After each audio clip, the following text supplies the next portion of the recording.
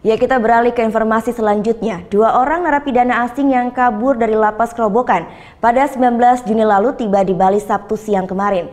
Sebelumnya mereka berhasil ditangkap oleh pihak kepolisian Timor Leste pada Kamis lalu. Said Mohammed warga negara India dan Dimitar Nikolov warga negara Bulgaria. 2 narapidana lapas Kerobokan yang kabur dari sel tahanan lapas Kerobokan pada Senin 19 Juli lalu, Sabtu sore tiba di Bali. Menggunakan pesawat jet sewaan, kedua napi dijemput langsung ke Timor Leste oleh Kapolda Bali, Irjen Pol Petrus Golose bersama tim dari Mapolda Bali. Usai turun dari pesawat, 2 napi ini langsung digiring menggunakan mobil Barakuda menuju sel tahanan Brimopolda Bali untuk menjalani pemeriksaan lebih lanjut.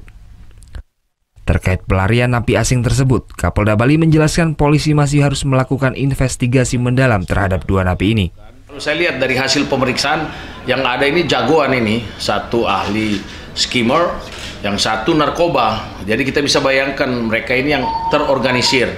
Saya selalu katakan fokus saya adalah kejahatan-kejahatan yang terorganisir. Sehingga kita jangan langsung apa kata tersangka, kemudian kita lakukan, oh bahwa itu benar.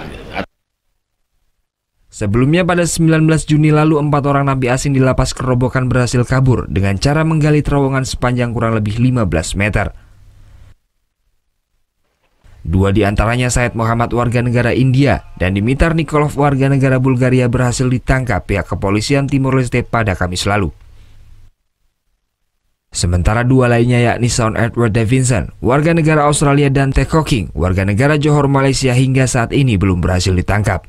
Surya Sanjaya melaporkan untuk NET. Thank you.